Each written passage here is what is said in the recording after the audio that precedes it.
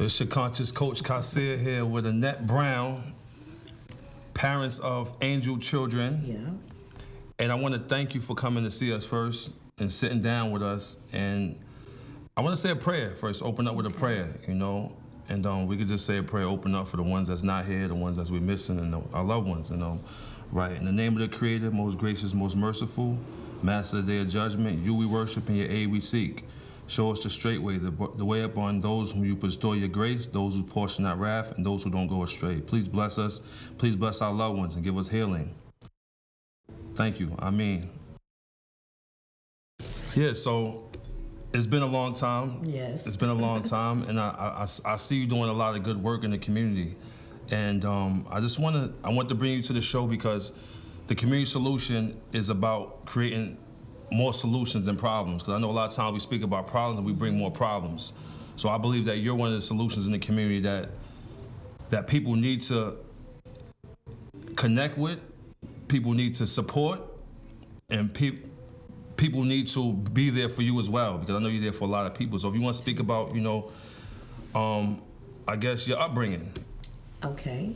I was born and raised in Staten Island, New York.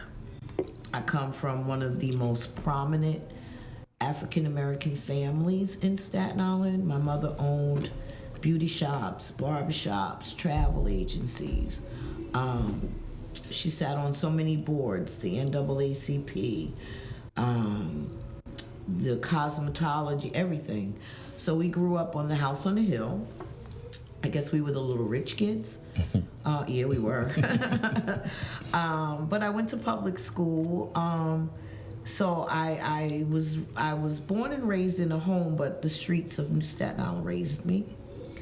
I grew up with the Wu-Tang, Force MDs, in the different communities and neighborhoods in Staten Island. At the age of 14, I became a part of the crack epidemic in New York. So the streets really raised me. I had spent 20 years in my addiction. I had 4 children. The first 2, I would not leave the drugs alone, so their father and stepmother raised them.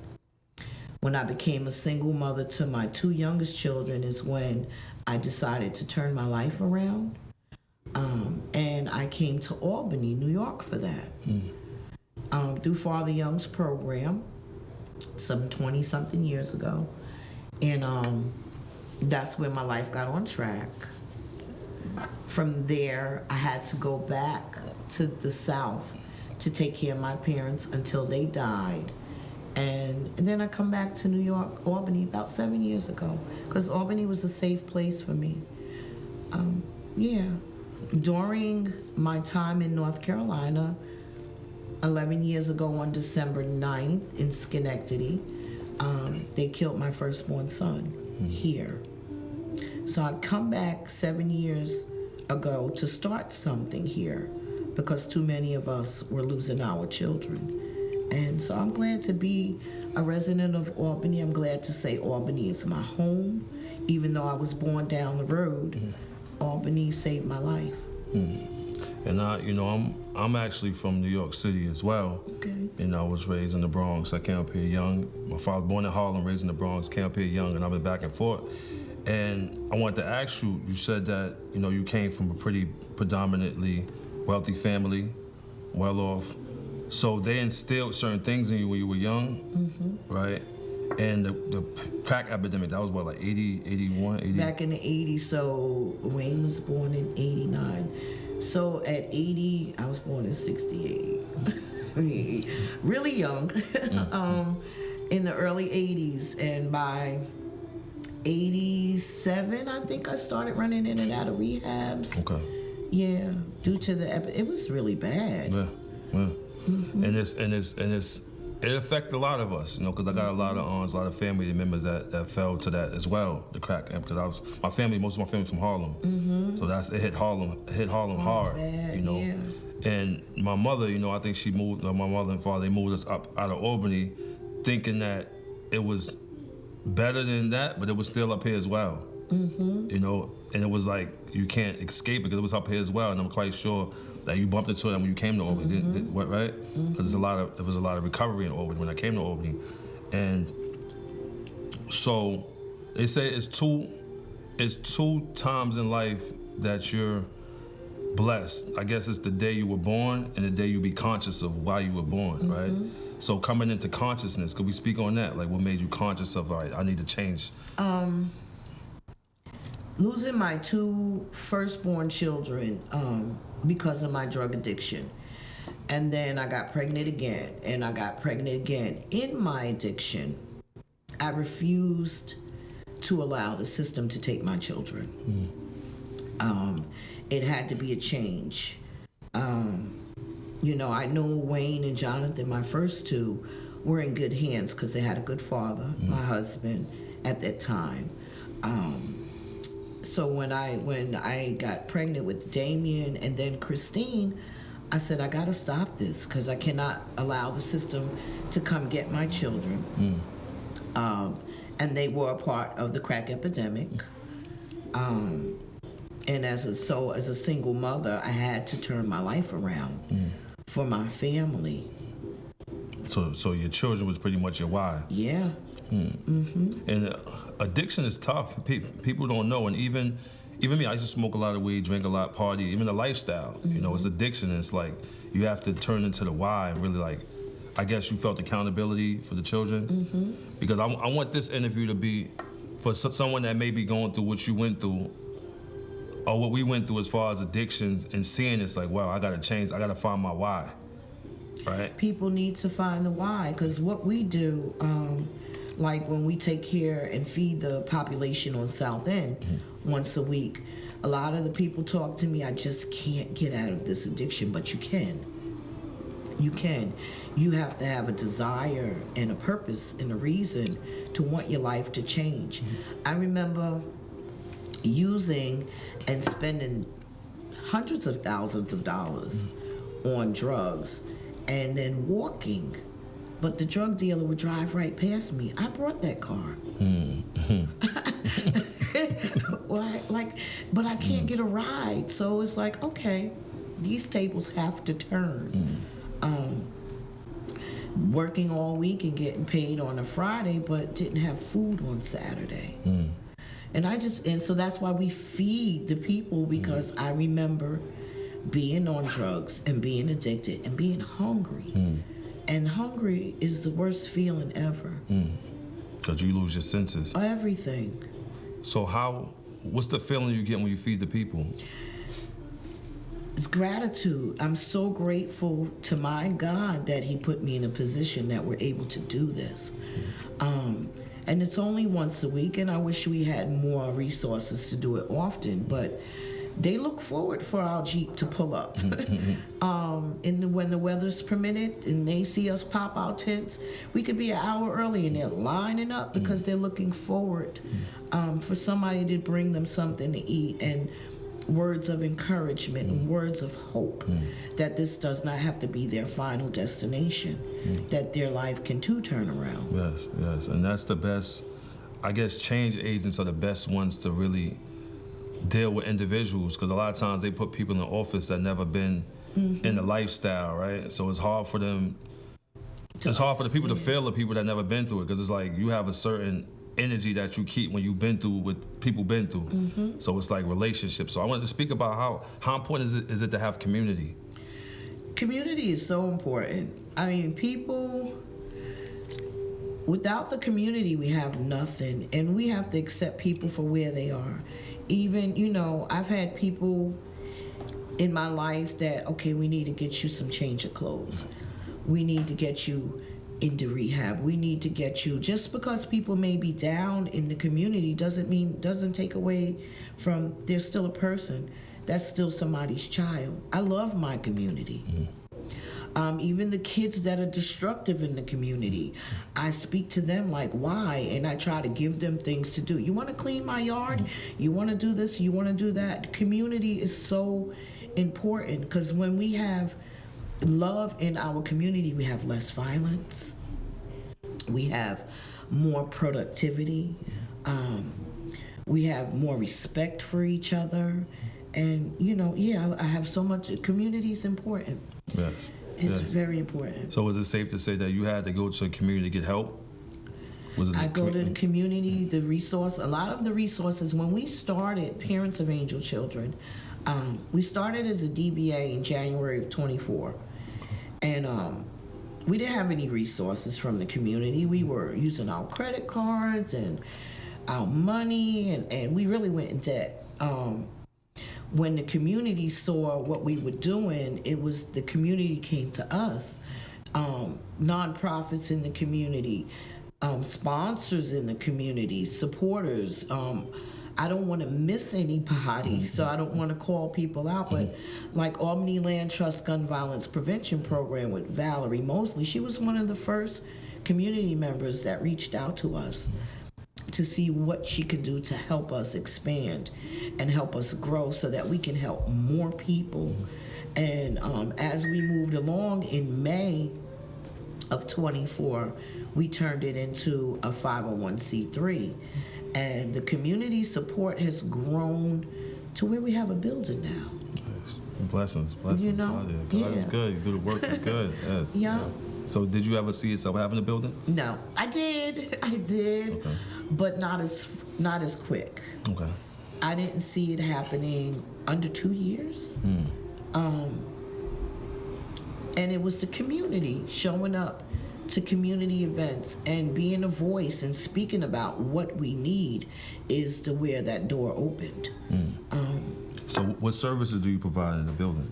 Okay, so we've been doing, this Saturday coming will be the 99th week that we've been doing a support group for parents who've lost a child via Zoom. But now that we have the building, we do want to open up to Albany and the surrounding areas that every Saturday morning we do have that space.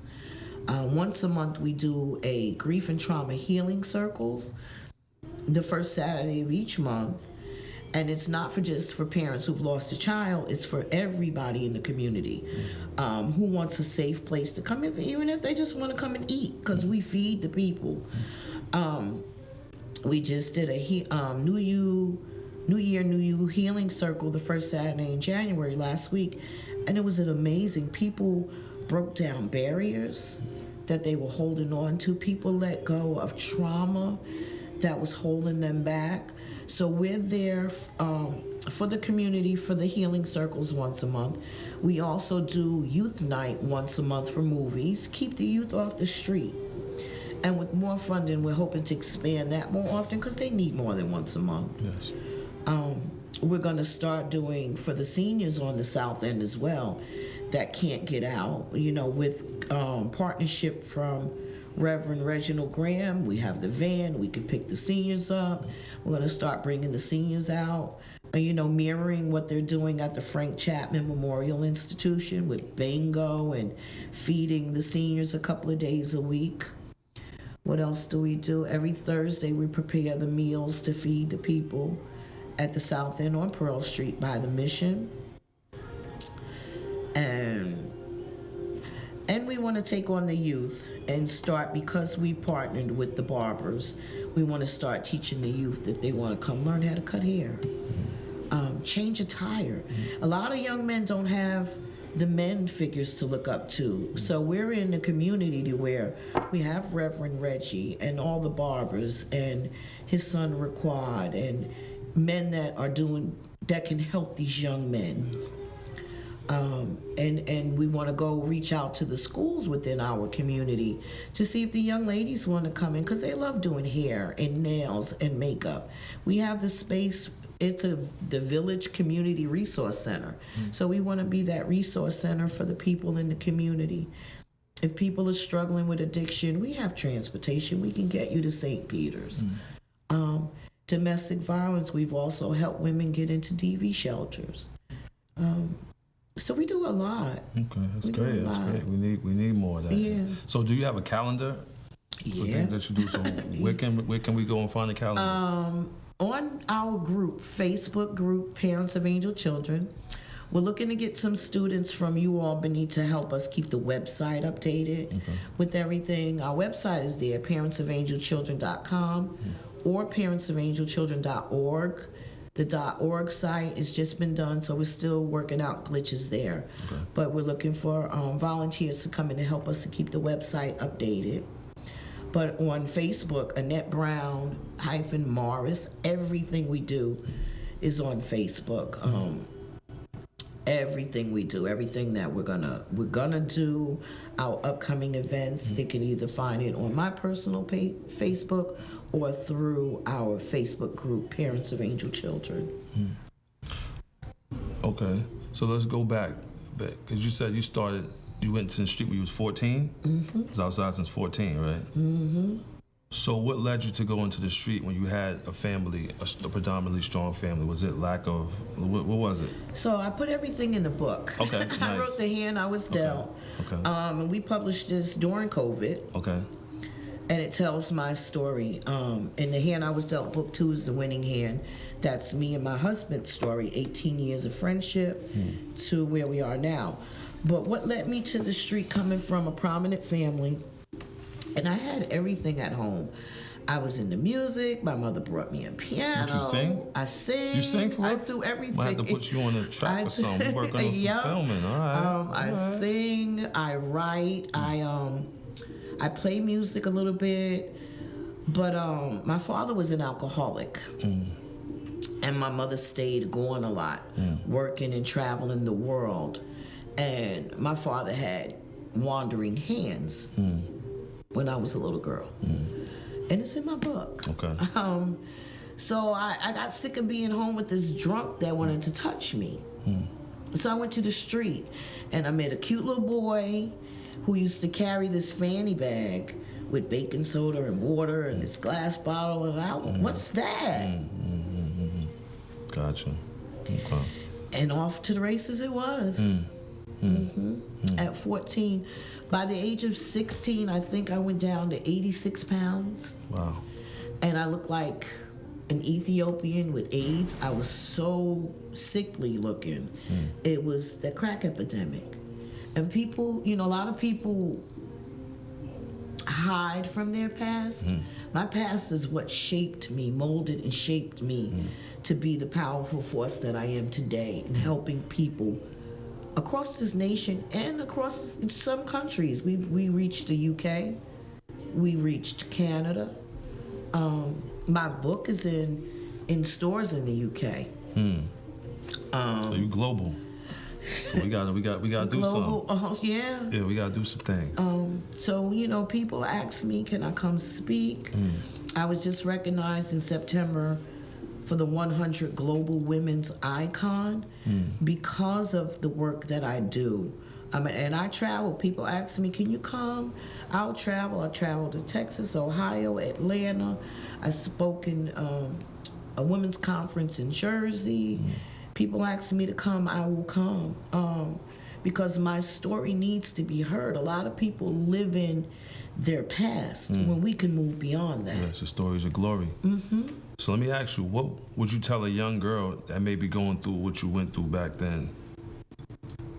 Speak about it. Don't think that you did something wrong. Because I used to think it was my fault. Why mommy and daddy divorced. And my mother used to tell me it was my fault. My mother told me till the day she died that, and my husband can witness that because he was there, a lot of things was my fault. Her separation from her husband was my fault. He was an alcoholic. I would tell a young girl today, if you're going through something, find somebody that you can confide in to tell your story, because you're not alone. We're not unique. Our circumstances and situations may be different, but it's all the same. Abuse, trauma, it's all the same. So we're not unique. And I used to think that nobody would understand. So I stayed quiet and I stayed medicating myself. Trying to escape. So this is like a healing too. So how did you heal from that? Is he still alive now? I washed his face as he took his last breath. How did you feel about that? I was at peace because as he was dying, he died of congestive heart failure. And I would tell him, I was like, I hope you made peace with God for what you've done. And I believe he did, because when he died with such a pleasant look on his face that the people in the funeral home spoke about that. They said, we see a lot of bodies, but this man has a pleasant look. So I believe he made peace with himself and with God for what he did. On my mother's deathbed, my family members were telling me and telling my mother that's why they stopped coming to our house, because my father had touchy hands. Did he ever apologize to you? He never admitted it. And never apologized. I told him he needs to make peace with God, and I think he did. It's important. It's important. Because I mean, when within my addiction, and addiction meant more to me than my first two children, I asked for peace with that, and I had to, God give me peace, and I had to forgive that 20-year-old addict. Yes. Otherwise, I'd still be self-medicating on the corner. I'd be down there with the people by the mission instead of feeding them. So how many years you been clean up? 7. 7 I years. went out. I had 13, and I went through it was worse when I relapsed. Okay. And they say relapse, you pick up from where you left off. And it was a bad ride in that relapse. So now I'm back 7 years to Albany, and I'm clean back 7 years. God bless. Yes, Albany thank saved you. my life. That's a success story, right? Yeah. So when you thinking about going back, what keeps you going forward? 'Cause I know you got a lot of people depending on you, right? Going forward, I want people to heal. And my whole motivation is I don't want anybody to be in that dark place of darkness. We can come out of that, because I did. And it really wasn't until I released this book in April of 22. I think that's when it released it, right? April of 22. And it was in print, and I actually read it back. I healed. That's a part 1 and 2? Part 1 and 2. The hand I was dealt. It's nice. I mean, a weight had shifted off of me that I didn't know I was holding on to until I published. I like that. And a lot of people were like, why? Like Elaine Houston from the news here in Albany, she's retired now. She reached out to me because my book went everywhere. I sent it to Oprah. I never heard anything back. But Elaine Houston reached out to me, and she interviewed me, and she said, why didn't you hold anything back? My story wasn't meant to hold anything back. My story was written so people can understand that no matter what it is you're going through, you can get through it.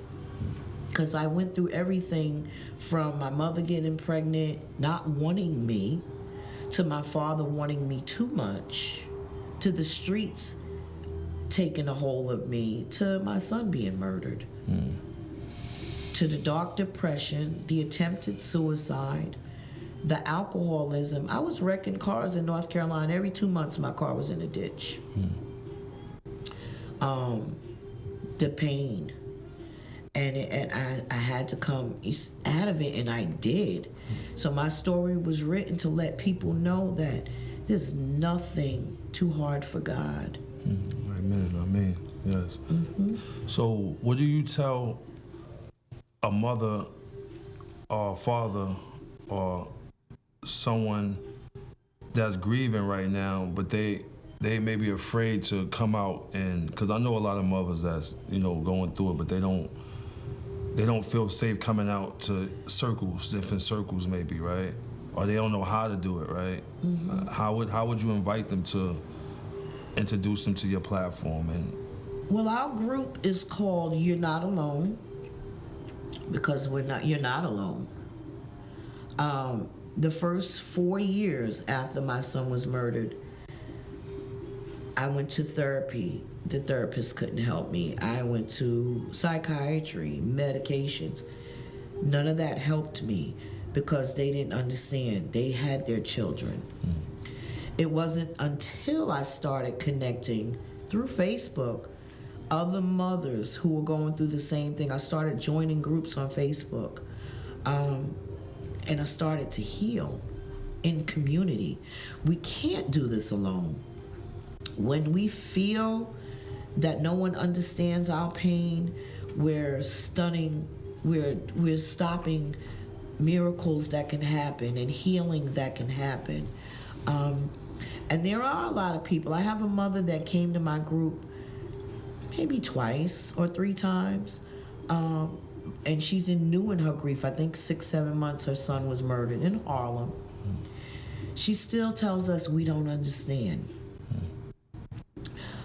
She's angry. So everybody takes their own time, because this grief journey is a lifelong journey that we're on. It's never, I'm 11 years in, and I could be driving down the highway, everything is fine and happy, and it's all of a sudden, bam, out of nowhere, I gotta pull over, my eyes are full of water, I can't see, and Wayne is all that's on my mind. So another grieving parent or person, you have to believe that you're not alone in your pain, and that other people do understand, because we'll get caught up in this uniqueness that no one possibly can understand how bad this feels. I have a lady I watch on Facebook. She grieves out loud, and her hashtag is grieve out loud. She buried 2 children 4 months apart to fentanyl. And she every day, 10 times a day, she's like, I'm gonna grieve out loud because this is my pain. And she helps me get through. Don't, because people would tell me, oh, you didn't raise your children. How dare you, Wayne and Jonathan, the 2 oldest, how dare you understand? I've had that. Wow. You didn't change diapers. I did. Wayne was 5 when the courts gave my husband custody because of my addiction. And so I get that from people. How do you understand? I carried a child. If a mother carries a child and has a miscarriage, she feels that grief. Because that's a part of you. It was a part of me. But we're not alone in our grief. We're not alone in our trauma. I try to help people from my own experience, knowing that we can get through this and we can live another day. And we don't have to be in the dark depression, and we don't have to self-medicate, because I was trying. And soon as the drugs and the alcohol wore off, I was back with myself again. We have to lean on a power greater than ourselves to help us, because we can't do this alone. Yeah. So what hurdles did you face, like getting the building and getting established the way you have established? Because I know, everything is not easy, right? It actually wasn't hard. I speak everywhere I go, and I went to the Flash Summit that Albany Land Trust Gun Violence Prevention Program did. And I was sitting next to Reverend Reginald Graham from Village Barber and Beauty. It was right after the murder. The barber got killed on 2nd Avenue. And there was a lot of pastors in Albany, and I went in. I was like, y'all got these buildings that you only open up on Sunday to pass a basket, when there are people that need some place to go throughout the week. They may need to just come in and talk to somebody, or get a hot meal, or, why can't y'all open the doors to the community? And for about 2 years, we were driving past 222nd Avenue, looking at the buildings on the bus stop, on the corner, and I kept telling my husband I would love to be in there. And Reverend Reggie came up to me and he said, I have a space, can you use it? Just by me telling the pastors what they should be doing. And I said, can we use it? I didn't have funding at the time. I've gotten a little bit from the county to help me get started. And So, but we worked all our lives. So we paid rent up front out of our pockets. Okay, we just have to stop shopping a little bit because we will pay this rent. And we went out in Walmart. We got donations and sponsorship and other donors who believed in what we're doing. And that's how we are where we are now. We got our rent paid for a year. And, you know, doors are opening now for us to sustain what we're doing. It's a blessing. Mm-hmm. God bless. God bless. Yeah. So let me ask you, where do you see yourself at in 5 years? Or what does the vision for Parents of Angel Children look like? Breaking down some walls in that building because we're going to need more space. In 5 years, I see us, we're already global because we've reached Canada and beyond, but I see us growing. And I was just yesterday thinking about, okay, what are you going to do for your 5-year anniversary? I see us with a whole team behind us. That's where I've had hardship. I've been through several different assistants. Different reasons they didn't work. And, you know, I'm saying, okay, one leaves, God brings me another one leaves, God brings me another one. I'm hoping for sustainability within our 5 years, that I have a team that's there with us for the long haul. I see us reaching more parents, helping more parents on their grief journey. I see us making a difference in this community and communities abroad, because I spent 20 years in North Carolina. The majority of the mothers that I know are in North Carolina, so I want to start a chapter in North Carolina. What part of North Carolina? Rocky Mount. They call it Murder Mount. Oh, wow. That's how bad it is. Wow, okay. We started a chapter in Ohio at a church. One of the mothers from my group, I think she's set back a little bit from having the groups, but that there is a Parents of Angel Children Ohio chapter. So I just see us really expanding and making this a global, because it is a global crisis. Yes. Parents are losing their children all across this world. Yes. And we want to be, because Zoom, you can go anywhere on your phone. We want to be that entity that, because we're going to be there 10 o'clock in the morning on every Saturday morning. We got 99 weeks this Saturday coming. We just want to be that reach for people, that safe place for people to come to know that they're not alone. And how can we help you with our platform? Getting it out to more people. Yep, everybody that has a platform for media and marketing, we need your help to get known. Because who you may know, I don't know. But you, like you said, you know some parents that's having a hard time. They're going to see this now. Yes. And they're going to know. We're at 222nd Avenue in Albany. They follow our Facebook page. We do post our flyer for our Zoom and the link. Everyone is welcome to join us. I have had disruptions in our group. I eliminate disruptions. That's nothing but the devil coming to kill, steal, and destroy. Absolutely. And the mothers that are a part of my group, they know she'll eliminate anything that's coming to hinder us or, you know, to bring ill feelings into us. I had a mother in my group tell me, you didn't raise your kids. How do you know what this feels like? I had to eliminate that. Because it doesn't matter if I raised them for 1 day, 1 month, 1 year, 10 years. I carried him. Yes. For 9 months. So, and it's a community for healing and connection, not to be hurtful or lash out at people, because everybody's grief journey is different. And one mother in my group, I tell her I look up to her because she's accepted, you know, we're parents of angel children, so I believe in angels. I talk to the stars. The brightest one is my son. And if that brings me peace, allow me. Don't call the nut house and get me locked up. Each of us have to find our peace. And we are here to help people along this journey. Yeah. Okay. So do you mind sharing something that you may say to your son, that somebody may be watching right now, that you can say to your son right now? I miss you, Wayne. I miss your voice. I miss your presence.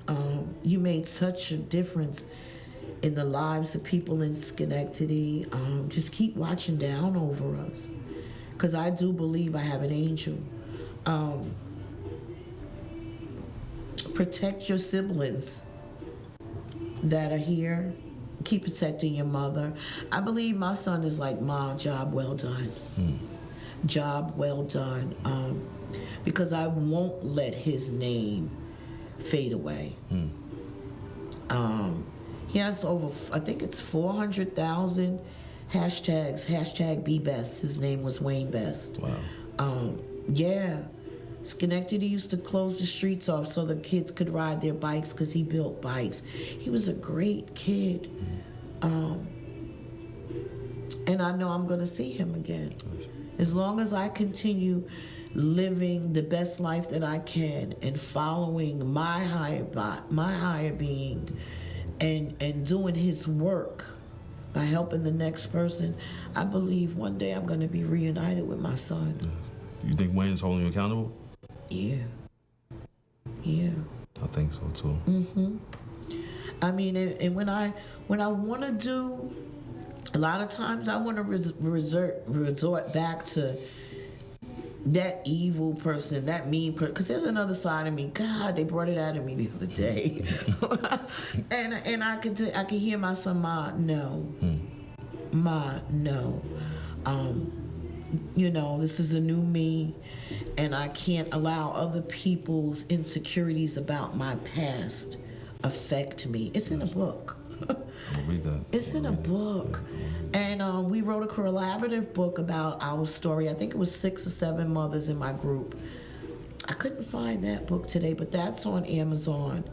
And then I'm working on book 4, Beneath the clothes, beneath the makeup, beneath the facades, what's really in. So that's going to be coming really soon. I'm doing the editing now. There's healing through literacy and through writing. And I encourage everybody that comes in my life, tell your story. Because I didn't know how powerful it is healing through literacy until I wrote mine. It's powerful. You're saying some good stuff. Thank you. This right here is a spinoff. This is the introduction, right? And what we do is a spinoff. We do like a day in the life of Annette Brown. So we would come through and see how your day goes, right? Okay. So one day we're gonna set up an interview. Whenever you got a day we could just come to your space and see how you handle your daily duties and everything like that. And I guess we could finish it off with, I want you to just say, my community solution is. Okay. My community solution is to make the biggest impact that I possibly can through my partnerships, through my relationships, through our organization, make the biggest impact to let people know that they can heal, to have a safe place, because we need safer cities. No other mothers need to bury their children. So we're going to spread love throughout our communities and everywhere we go. That's my community solution. Thank you. You're welcome. Thank you. Thank you. All right. Bless. Thank you. Yes. So yeah, we could Let me close sign out. the book You got for anything? you. Anything you got for? Any questions? After. Okay. After the cameras go off. Yeah. So they got Wall Street, we got Wall Street, and Annette Brown. We here. We praying for everyone that's gone. We praying for all the mothers that's healing from trauma. We praying for all the mothers that's helping mothers heal, fathers heal, families heal. May the Creator keep us all safe and keep us connected in hearts, mind, and spirit. Amen. Amen. Yes. Look, I have a pen. Let me sign Pen? the books for I think you. I have one for you. Sure will. Yes. Thank you. Yeah, we're in there Wednesday, Fridays, and Saturday, Okay. and Thursday afternoons How was making it? the